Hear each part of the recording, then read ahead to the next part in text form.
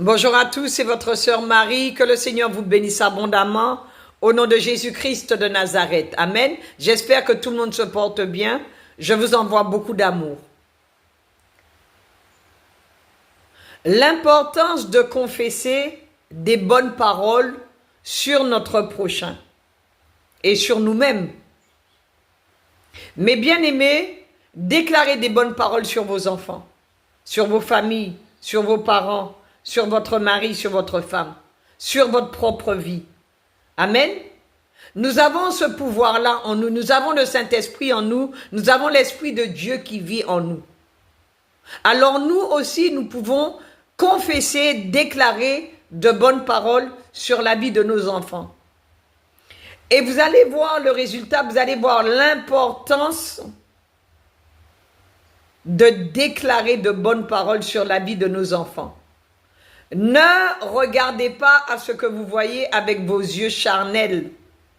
Amen.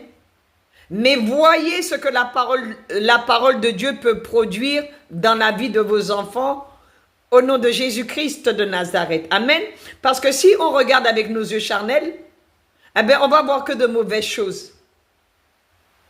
Mais si nous voyons avec les yeux de l'esprit, vous allez voir ce que Dieu va faire dans la vie de vos enfants, dans votre famille, dans votre vie, etc. Bien évidemment, il y a un témoignage derrière, il y a un conseil derrière, il y a une parole de grâce derrière, il y a une parole de bénédiction derrière.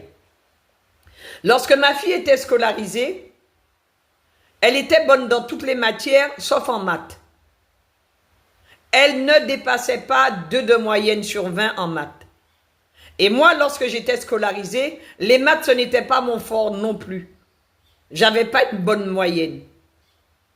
Donc, quand j'allais au rendez-vous avec les professeurs, les réunions de parents d'élèves, et que je voyais les résultats de ma fille, j'étais pas contente. Et le professeur me disait, je suis sûre qu'elle peut, qu'elle est capable. Amen.